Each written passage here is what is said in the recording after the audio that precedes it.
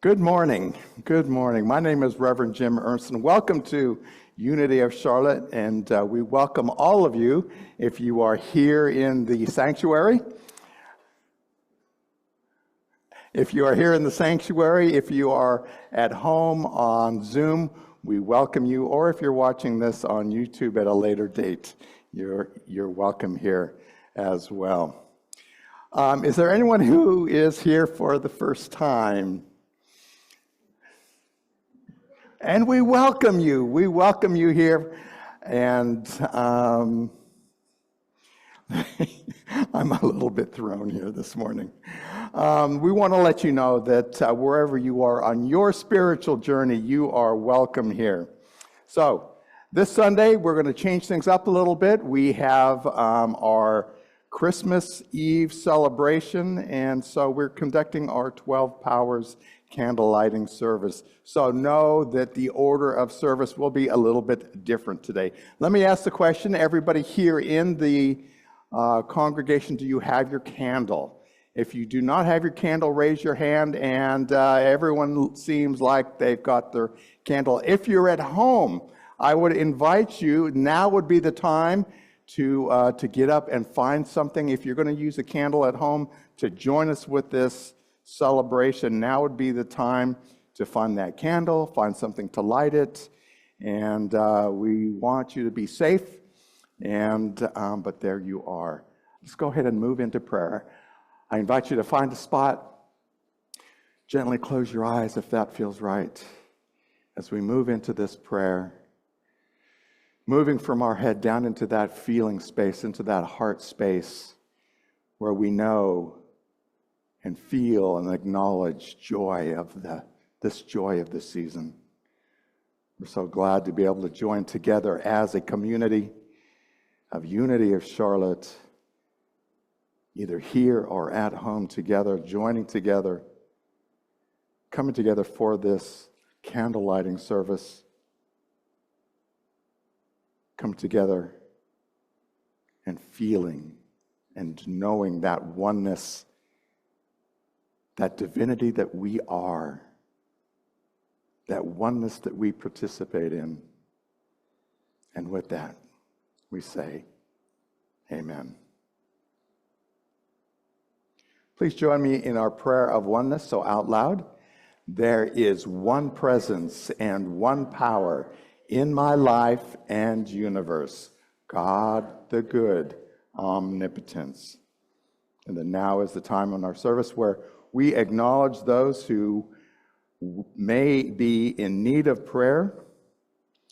We gently say their name out loud. So at this point, say their name out loud.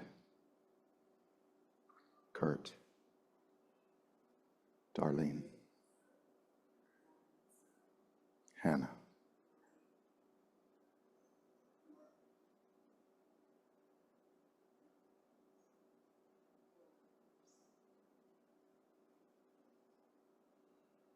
we acknowledge these loved ones. We acknowledge these situations that we've either said out loud or held in mind. And we see the best outcome for each and every situation, affirming the best. Amen. Know that we also have a prayer team, and we have a prayer box out there. You're able to fill out a prayer request out there, and that will be held in prayer by that prayer team. Or there's also Silent Unity, which you have as well to take advantage of. And I'd like to invite up Sean, who is going to do our daily word today. My Advent journey leads me to joy. There is a stirring in the air that calls me to rejoice. The imminent birth of the Christ into humanity is an exciting time. Joy is welcoming of unconditional love and the deep knowing it is the birthright of all of the world's beings. It is the awe felt at the birth of the baby, the scent of crisp, clean air, or watching a comet flame across the night sky. These are some of the wonders that bring me joy.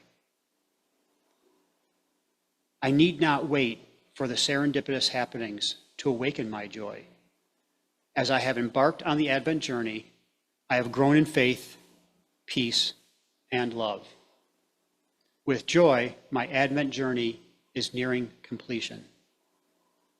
This wonderful feeling of deep contentment, a full heart, and a tranquil mind leads to the expectancy of the birth of the Christ within, the greatest gift I could receive. And from Matthew chapter 2, verse 10, when they saw the star had stopped, they were overwhelmed with joy. That's all right. Thank you, Sean.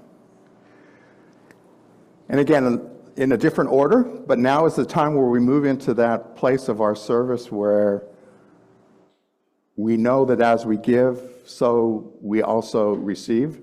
It's through your generous giving that Unity of Charlotte continues to be a light into this community. I invite you at this time to either physically hold your gift in your hand or hold in your mind that which you may have already done online or through our consistent giving program, and say with me out loud our prosperity blessing.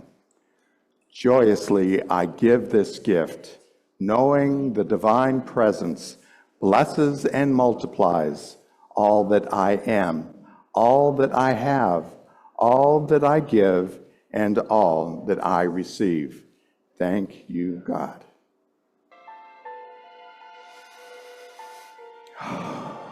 Together we receive these gifts, seeing them flow through this ministry, through Unity of Charlotte, out into the community, into the world. And we are so blessed. Thank you, thank you, thank you. Amen. Emmanuel. Does anybody know what that name means by chance? I see a couple of people do. Emmanuel literally means God with us, or God within us. And it was used in Isaiah, who prophesied the coming of the birth of Jesus. Emmanuel, God with us. So it was, I really love this song because it's a reminder that this is what we are celebrating in this season of Christmas. We have the historical story of Jesus that we retell each time at this time of year. But in Unity, we also look at the spiritual, metaphysical meaning of that journey as our own personal spiritual journey and the rebirth and the reawakening of that Christ light within us, or God with us. So this is the fourth Sunday of Advent, right before Christmas. And we have been taking a journey through Advent. We lit a candle each week. We'll light the 3 candles and then the 4th candle today. And then since we're not having a Christmas Eve service, which is typically when we light the Christ candle, we're gonna light that as part of our 12 Powers candle lighting ceremony. So we begin by lighting our first candle, which is hope and faith.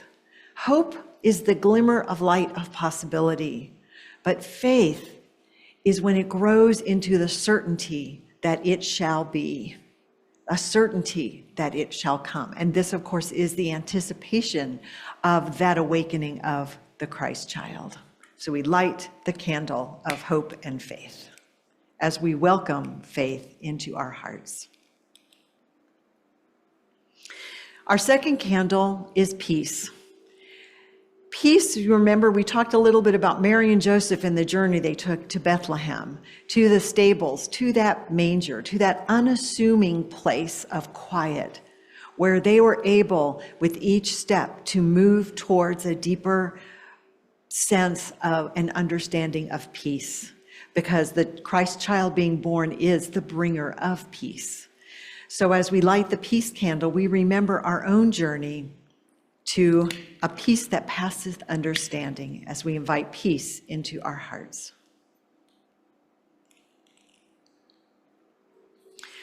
The third candle is the candle that represents love.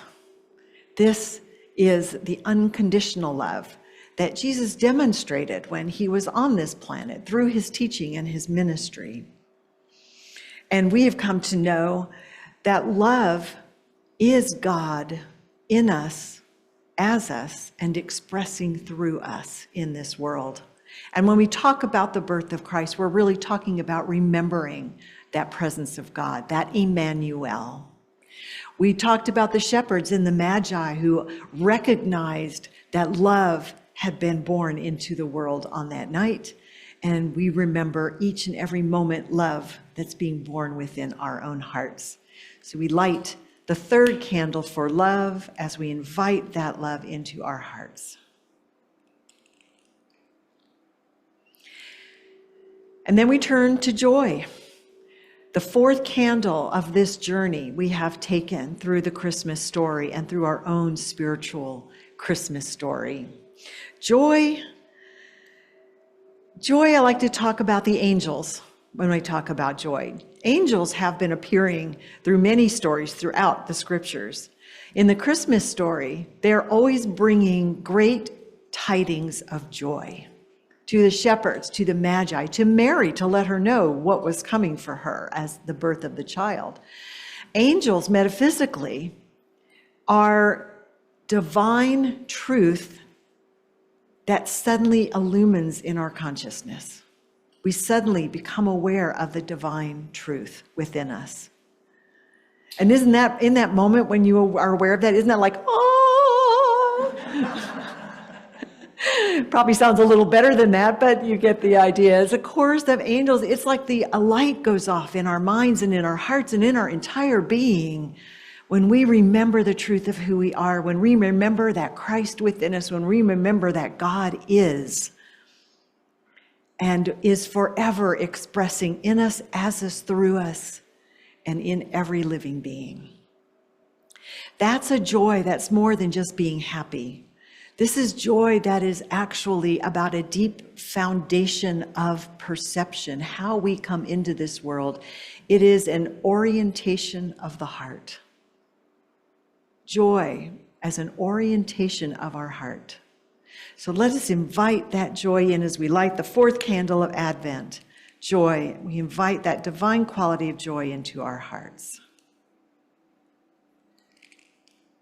And that brings us into our 12 Powers candle lighting ceremony. How many of you have experienced the 12 Powers candle lighting ceremony? A few people, good.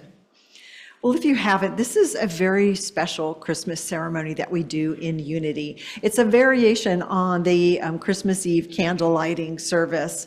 By adding the 12 powers, we're actually focusing on the 12 divine attributes which we are inherently as the expression and extension of God. When we speak of the Son of God, the child of God, we're talking about the power of God that has been expressed and into an image of likeness. And in that likeness, we have 12 attributes as defined by Charles Fillmore that help us focus on the qualities of who and what we are as the Christ consciousness. And what we get to do through this ceremony is to remember that Christmas is a time for recognizing and celebrating that light in us and in each one of us, in everyone that we meet. Jesus, who so many years ago was the powerful symbol about calling forth this attribute, all of these attributes. When these attributes are combined, we are fully expressing our Christ in our lives. And that's our goal. That's the goal of our spiritual journey, to awaken, to activate, and to harmonize all of these divine attributes of God within us, so our lives become a fulfillment of love, even in this world, which may seem impossible, especially right now as we look out at all of the conflict that's happening. But this is why we're called forth even so much more powerfully to step forth as that light, to bring that peace, that joy, that hope, that faith out into the world. So as we move into this ceremony, Reverend Jim and I will be doing this together. we are going to move into a meditation. And part of that meditation is I will step through each one, together we'll be stepping through each one of these attributes. And I invite you in this quiet place within, as you hear this power being spoken about, which one is calling to you? Which one sort of sparks a little or maybe an I don't know. It could come powerfully or quietly, but you'll know in your heart. Pick one or maybe two if it really comes to you as that, but let your heart and spirit really move you towards that power. Then when we are done lighting each one of these, we will invite you to come up and light your candle from that candle that represents that divine power.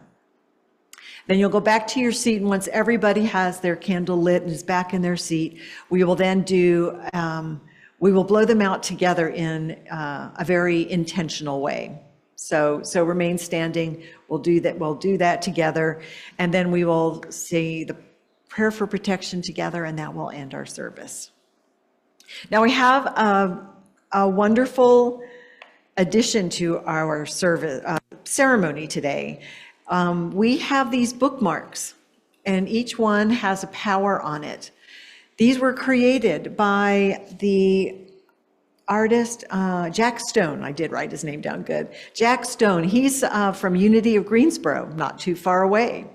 And they are, I saw these at the UMass retreat we were at. And so I have ordered them. And there are bookmarks in front of each one of the powers. So when you light that candle for the power, feel free to take a bookmark with you. It has the power, a little bit about what it is, and it has the prayer for protection on the back. If you're interested in getting more of the bookmarks, come see me after. But feel free to take the one that is calling to you today. Now, let's go over a little bit of instructions about candle lighting.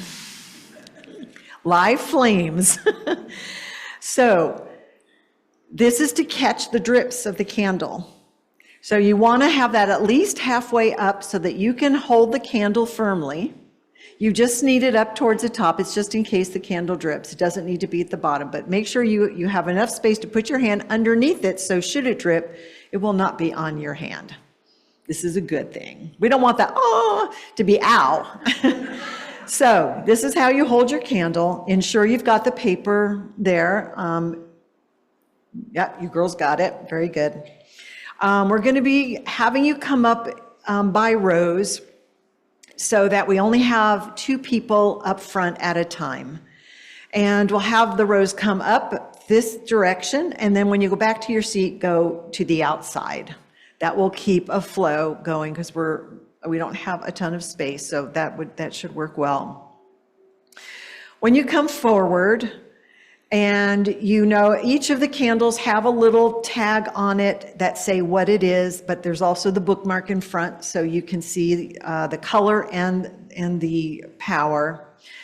To light your candle, you want to hold it like this and just touch the flame to get it lit, and then go back straight. That way there's no drips. So you just hold the wick up to the flame, and once it's lit, hold it like this.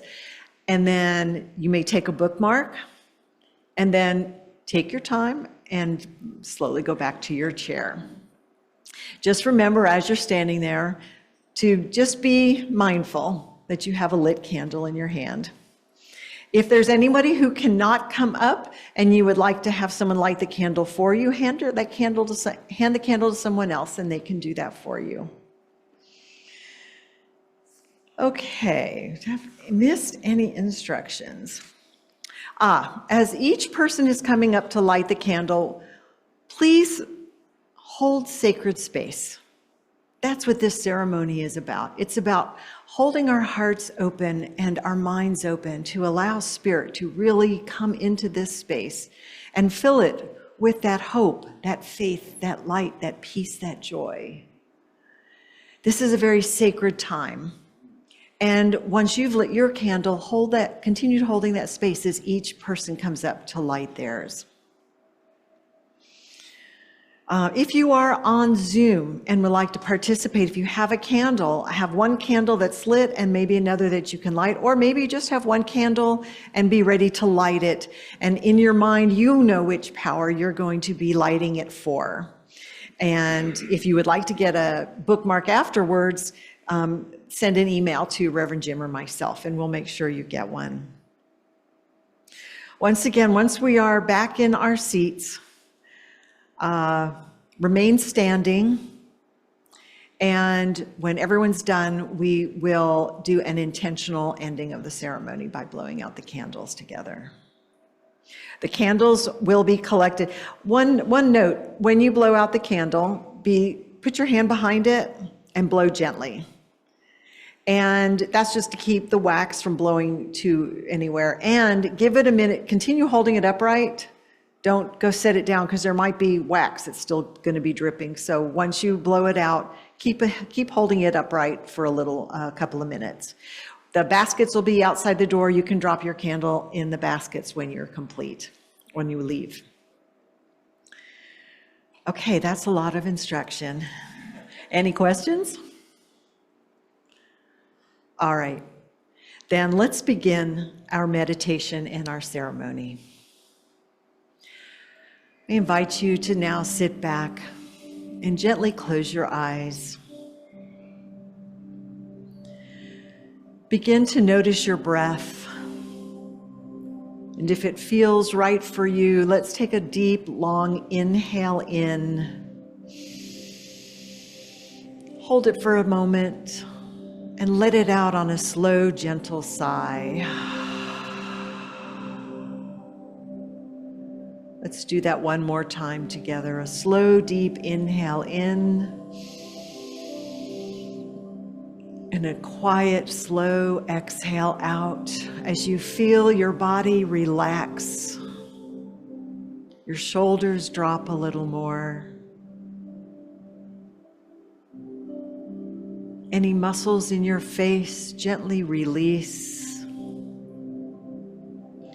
Around the forehead and the eyes, feeling a calm sense of quiet. We keep our attention on the breath for just a moment, feeling that air moving in and out. Find a breathing pace that is just normal and relaxed for you. But as you feel that breath, feel yourself become more inwardly centered. As you drop any of the busyness and all of the to-dos of the season, getting ready for Christmas, getting ready for New Year's, we let all that go for just this moment. We are simply here and now, feeling that divine life of breath moving in our bodies and out again.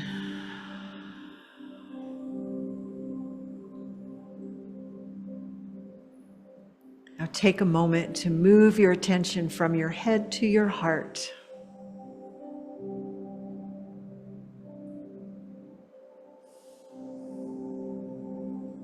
Just feel that heart center for a moment.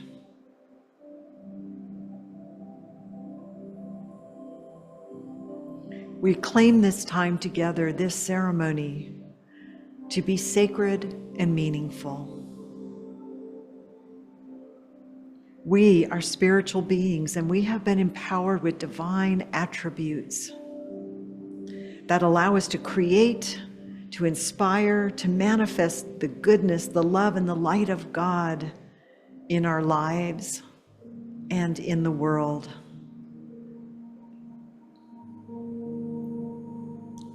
So right now we soften our hearts, we quiet our minds as we prepare to listen, to listen.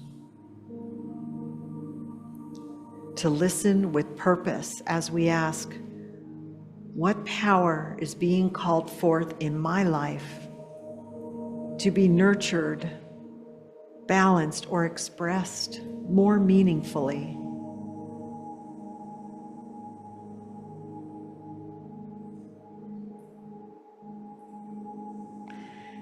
And I invite you to stay open, focused, and relaxed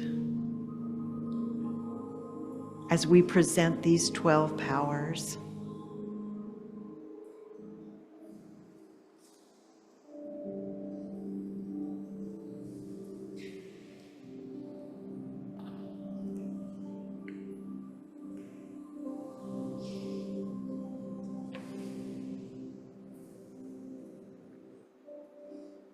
Our first candle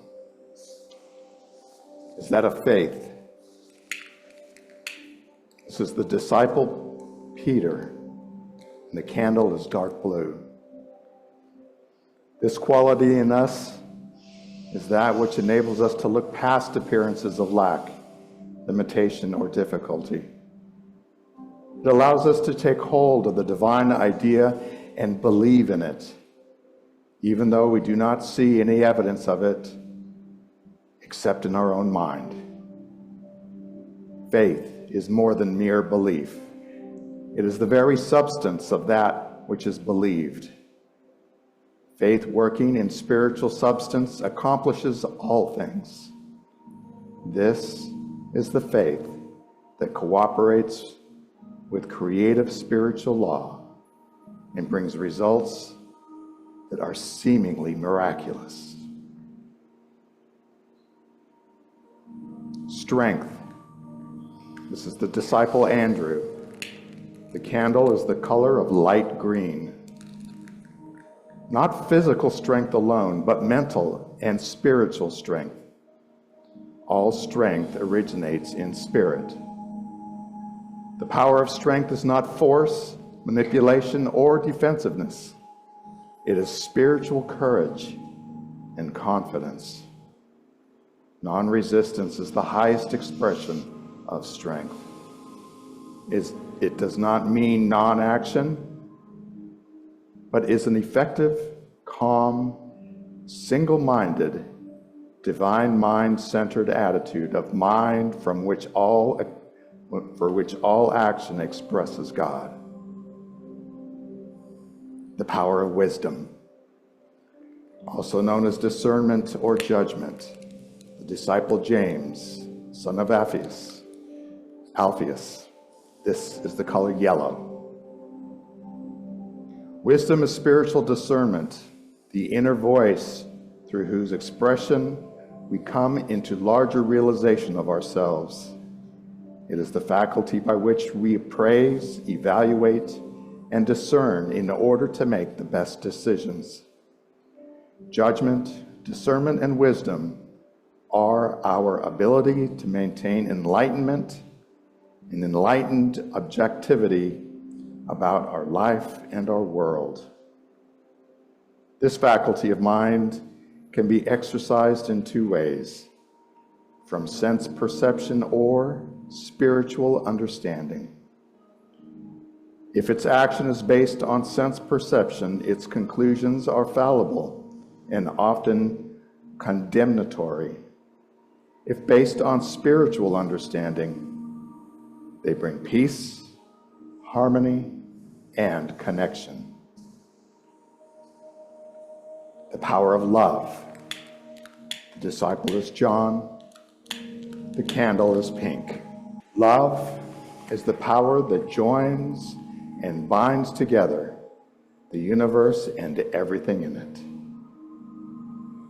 Love is a harmonizing, constructive power. When it is made active in consciousness, it restores in our awareness the connection that is present among all living beings. Spiritual love is the total, unconditional acceptance of everyone and everything. It is impersonal. It loves for the sake of loving. It is not concerned with what or who it loves, but with a return of love. Like the sun, its joy is in the shining forth of its nature. Love is patient, kind, humble, courteous, unselfish, good-tempered, guileless, and sincere. Love is the great harmonizer and healer. The power of power. The disciple is Philip. The color is purple. The purpose of power is not meant to be one of controlling others, but for the purpose of taking dominion over our own thoughts and feelings in order to come into a greater God awareness. It is not to be used for selfish gain or satisfaction of the personal ego, but for the forward spiritual movement of the whole. Through right alignment with spiritual law, power moves vibration into substance and enables us to manifest our highest good in our lives. The power of imagination. The disciple is Bartholomew, and the color is light blue. Imagination is our ability to conceive, to picture, and to conceptualize. It is the formative power of mind that shapes thoughts into mental images which have color, variety, and dimension. Imagination gives form to the formless. The highest use of imagination is to shape thoughts into images that most fully reflect the nature of the original divine idea. Charles Fillmore wrote, "Let the God within you express itself through you in the world without." Next candle's understanding. It is the disciple Thomas and the color gold. Understanding is the ability to know, to perceive, or to comprehend. Spiritual discernment tells us that knowledge and intelligence are auxiliary to understanding. Spiritual understanding is the ability of the mind to apprehend and to realize the laws of thought and the relation of ideas to one another. Spiritual understanding is the quickening of the spirit within. There are two ways of gaining understanding. One is by following the guidance of spirit that dwells within. The other is to go blindly ahead and learn by hard experience. The next power is will. The disciple, it represents is Matthew, and the color is silver. The will is the executive faculty of the mind because it moves to action all the other faculties of the mind. Harmony and right action are produced by rounding out the will and joining it to the power of understanding. Because joined with understanding, the will is being instructed on how to act for the best. Do not act until you know how to act. Look before you leap. This does not imply that one should be inactive or indefinite, waiting for understanding, as do so many persons who are afraid to act because they might possibly do something wrong. It means that understanding will be quickened and the will strengthened by the confidence that comes as a result of wisdom. Our next power is order. It is represented by the disciple James, son of Zebedee, and the color is dark green. Order is the faculty by which we establish harmony, balance, right adjustment, and right sequence in our lives. The order in the mind of God is an idea of harmonious progress, evolution. Order in humankind is the ability to perceive and cooperate with the law of growth, to cooperate with spiritual law. Divine order is a universal law. Each one of us is always using it to manifest everything. Each person determines how it will be used. When used in accordance with spiritual principle, the results are good. When used out of alignment with spiritual principle, we miss the mark and it results in strife. Our next power is zeal, represented by the disciple Simon and the color orange. Zeal is the great universal force that impels humankind to spring forward in a field of endeavor and accomplish the seemingly miraculous. To be without zeal is to be without the zest of living. It is the faculty of enthusiasm, intensity, and exuberance. It provides our inner urge to progress, our motivation to achieve. The highest expression of zeal is an unflagging, fervent interest in knowing, speaking, and doing good. Understanding and wisdom help to temper zeal so that its enthusiasm and intensity are directed to grow spiritually and express the Christ nature in all things. The next power is elimination, or also known as renunciation. It is represented by the disciple Thaddeus, and the color is russet or brown. Renunciation is simply letting go of old beliefs or thought patterns in order that new thoughts may find place in consciousness. Thoughts are things. They occupy space in the mental field. A healthy state of mind is attained and continued when the thinker willingly lets go of the old thoughts and takes on the new. This power allows us to release false beliefs and accomplish a mental cleansing. Elimination enables us to surrender to our inner spirit any thought that is not for our highest good, so that transformation and purification of consciousness can take place. Our final power is life. It is represented by the disciple Judas and is the color red.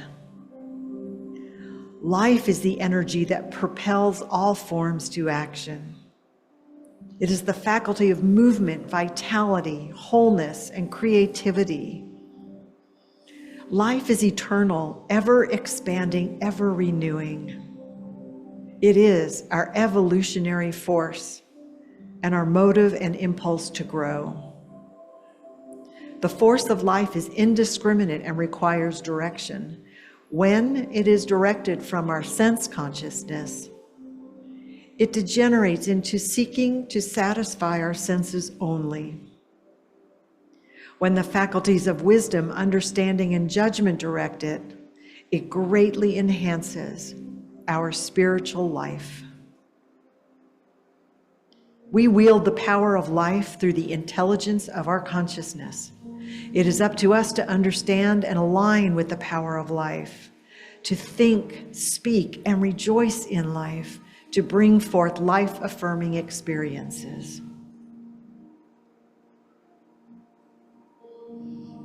These are the 12 powers or faculties, divine attributes that have been presented. We're now going to light the Christ candle. Because Charles Fillmore, the co-founder of Unity, wrote that Christmas is about the birth of the Christ consciousness at the center of the human soul, which is the holy place within and a very high attainment. The bringing forth of the Christ child is not a work that is finished in Bethlehem. It is taking place in our midst every day. And it is this we celebrate as we light the Christ candle.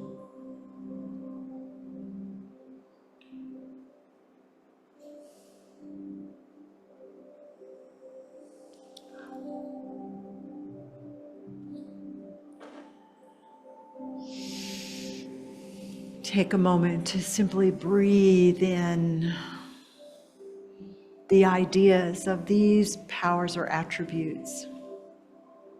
Perhaps one has already spoken to your heart. And as we hold sacred space, we invite this first row to please come up and light your candle.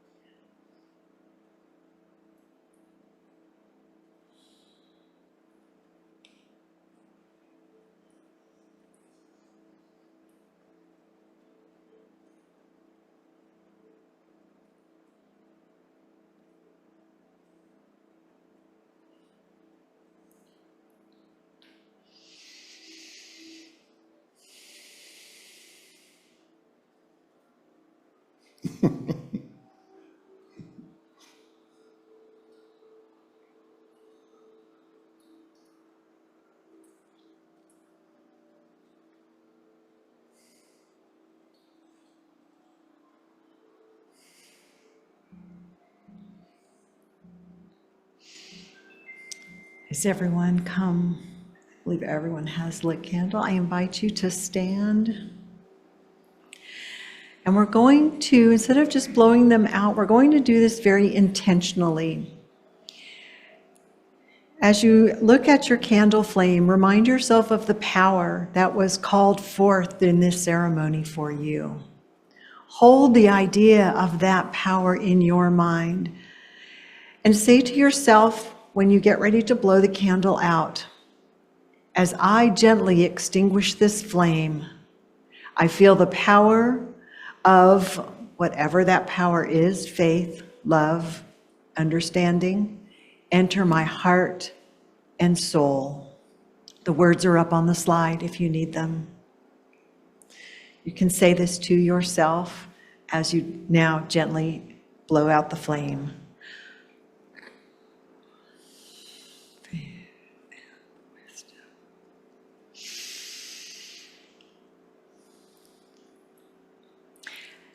And we'll close our ceremony by saying the prayer for protection together.